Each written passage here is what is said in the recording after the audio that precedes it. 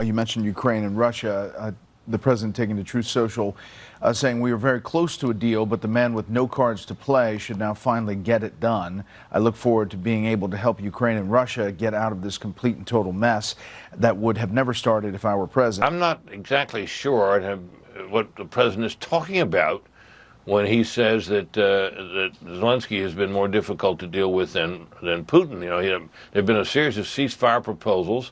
Putin either hasn't agreed to them or has immediately broken them.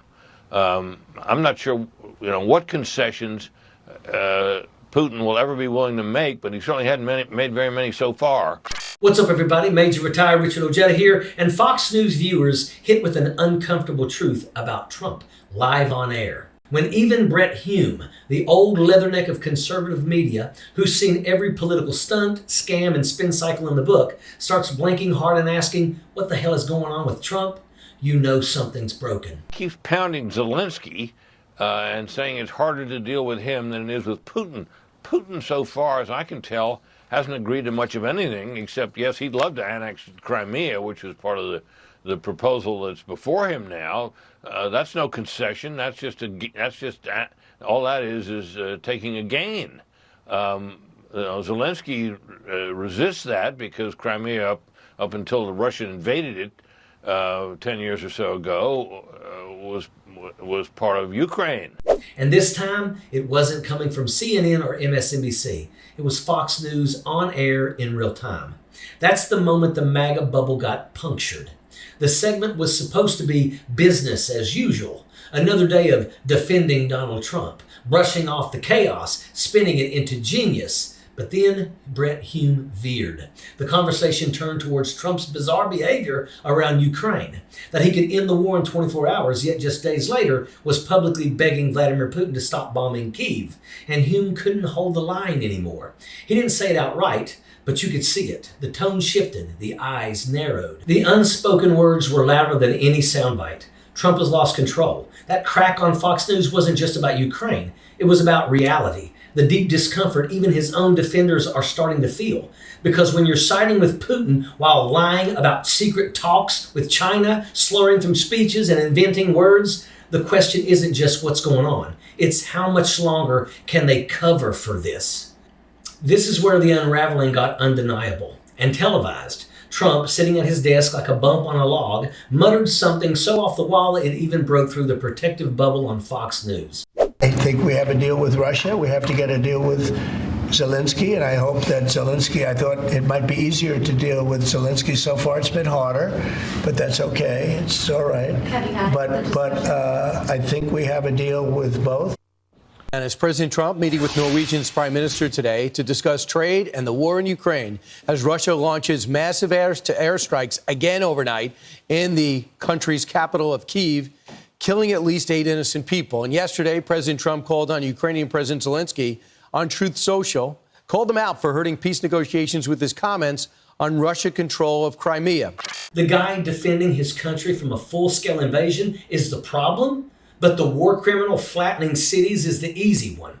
Yeah, that line set off alarm bells, even on Fox. Brit Hume, the network's longtime conservative elder, tried to keep a straight face but couldn't hold it in. I'm not exactly sure what the president's talking about, Hume said on air, trying to sound diplomatic, but delivering what was essentially a live diagnosis. This man has lost the plot. Hume went further. Putin, so far as I can tell, hasn't agreed to much of anything, except, yes, he'd love to annex Crimea, which is part of the proposal that's before him now. That's no concession. All that is taking a gain. And Zelenskyy, according to Trump, he's just being difficult because he refuses to hand over Ukrainian territory like he's surrendering hotel property in a bankruptcy deal. Let's be clear. Trump's solution to this war is to strong-arm the victim, Ukraine, into surrendering land so he can play pretend peacemaker. And even Fox News, the channel that has been over backwards for this man for nearly a decade, couldn't dress that up. Trump siding with Putin isn't new, but watching Fox News, specifically Bret Hume, struggle to paper over this in real time, that's new. That's meaningful. That's a shift. because this wasn't just another Trump moment. This was the live broadcast of the fantasy cracking wide open. And when you can see it in Brit Hume's face, that faint flicker of oh no, you realize the machinery can't keep spinning forever. It wasn't just about Ukraine. It was about Trump's grip on reality slipping right there on screen, and everyone watching, even the ones who still want to believe, felt it. And here's the thing, it wasn't just Ukraine.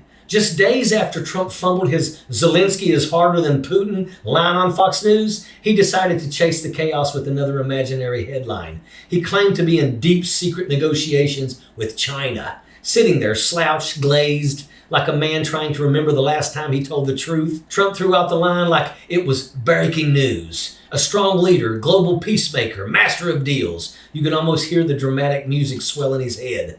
But there was just one problem. China immediately and very publicly said nope. Not only did they deny any talks, they did it with the speed and clarity of a country tired of being used in someone else's fantasy. No meetings, no deals, no calls, no plans.